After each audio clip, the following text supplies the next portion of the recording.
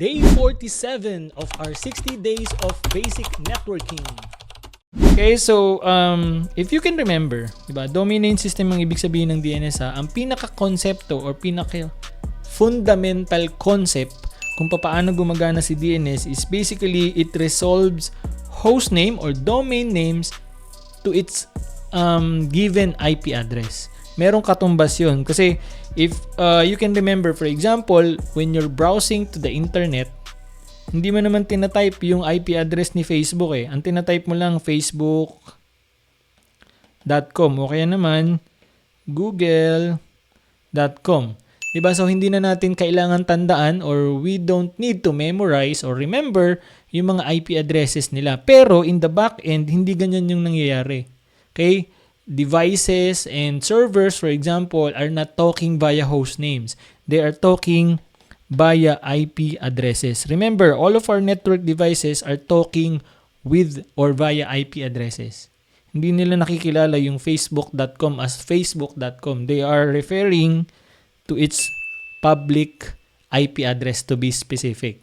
Okay, so let me show you an example para makita mo kung paano talaga nangyayari sa backend. Okay, so before I do that, pupull up ko lang yung terminal ko.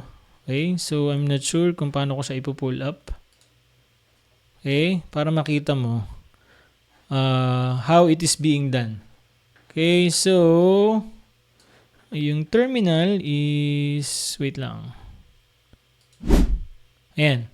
So, nakikita mo naman sa screen mo ngayon, right? So, right now, nandito ako sa command prompt or terminal. I'm using a MacBook kasi. So, sa Windows, it's just the same with the command prompt. So, itatype ko ngayon here, ping google.com. So, kung makikita mo, pining ko si Google pero ang nagre-reply sa akin is an IP address. Uy, may timeout Anyway, you can see that, right? So, kung makikita mo, di ba? So, ang nagre-reply is 172.217.31.238. So, it's a public IP from Google. Pero kung makikita mo dito sa umpisa ng command natin, ang pining ko is google.com. So, that means google.com is also equivalent to this IP. So, ikakopy ko siya, and then ipipaste ko siya sa isang browser. Pero dapat makita mo. Wait lang. O-open ko yung browser ko, ha? Facebook. Ayan. So, nakikita mo yung browser ko ngayon. Naka-Facebook ako. Anyway, so, itatype ko yung IP na yun. Okay, so, makikita mo, pinaste ko sa dito, 172.217.31.238. Diba? So, yung ginawa natin kanina sa ping. Pagka pinuntahan ko yan, it will bring me, did you see that? It brings me to google.com. Ibig sabihin, si google.com is also, or can be also, browse via this IP address. Diba?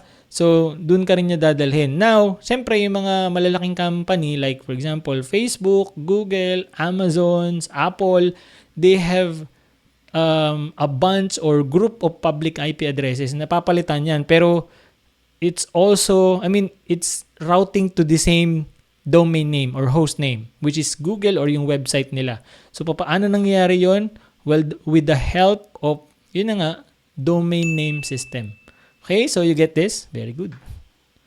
Right? So, ang nangyayari is katulad nga nun, yung mga DNS server natin, which is what we're gonna talk about in the coming lesson, tinatranslate nila or hinahanap nila yung mismong authoritative server para makita yung mismong IP address nung server na yon. So, nangyayari yun in the backend, katulad ng pinakita ko sa inyo kanina. So, tayong mga tao, hindi naman natin kailangan tandaan kasi for example, si Google napakarami niyang public IP address. Ganon din si Facebook, ganon din si Amazon. So kung tatandaan natin yon as humans, medyo duduguin tayo or hindi magkakaigi kasi Facebook pa lang yon. How much kung marami tayong kailangan tandaan na website. So ang pinakamadali is basically for us to easy understand or remember para sa mga tao or humans is to know their domain name or host names.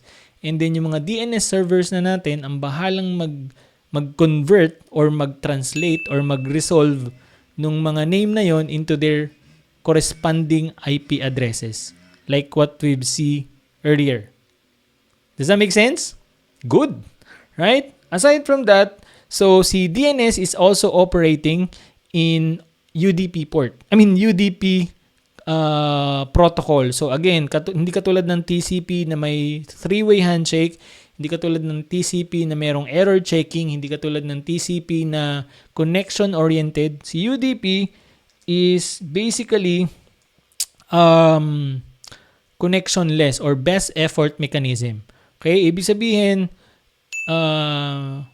hahanapin niya kung, nakikipag-communicate siya, for example, dun sa DNS server, to the best of its ability, pero pag wala yung naging resulta, deads. Hindi katulad sa TCP, kapag yung browser mo, di ba, you connect to a browser, yung browser mismo, nagbabrowse ka ng website, for example, https.facebook.com, it tries to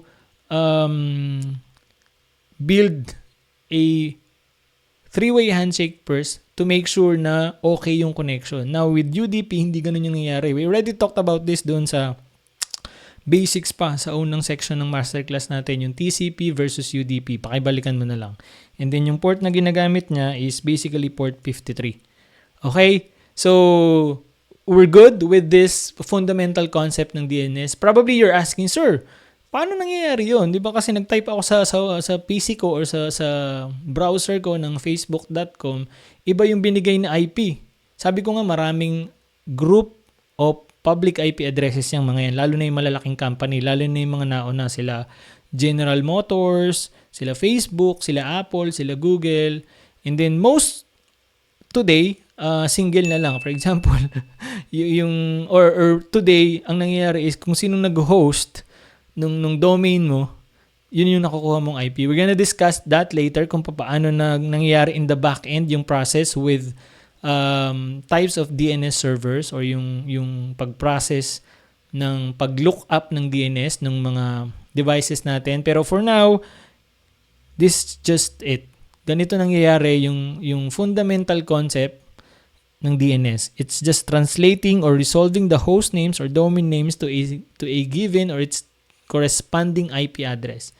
Pwede mo, okay, again, pwede mong i-browse lahat ng websites na gusto mo or lahat ng favorite sites mo via its IP address kung matatandaan mo sila. Alam nga namang lagi kang may bit-bit na sticky notes or notebook listahan ng mga IP addresses na yun, di ba? So, mas madali para sa atin as humans na ang tandaan na lang natin yung mga domain name or host names.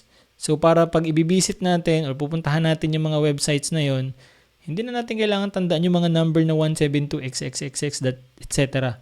You just type in facebook.com, yung browser natin or yung technology na or mga devices na ang bahalang maghanap kung anong mga IP ang binibigay ng server ni Facebook. We're good? Very good. Okay? So, I guess this is it for this introduction for DNS. If you read the ebook, okay, before we end this lesson, if you read the ebook, it is also the same thing. Nangyayari din yon kapag meron kang internal DNS server. So, lahat ng outgoing connection mo to a specific, for example, domain names or host names, kung tawagin natin, will be forwarded to yung DNS server. Pero, in most cases kasi, naka-cache na lang yan eh. Kina-cache na lang sa kapag sa una, i-record niya ng DNS server natin kung paano nararating talaga yung host names or websites na yun. Pero, in most cases, naka-cache na yun sa ISP natin as well as in our DNS servers, and then it will just return the IP address to that specific host names or domain names para dire-diretso lang yung connection. Okay, so ito rin yung nasa ebook natin. It's also the one that I discussed earlier.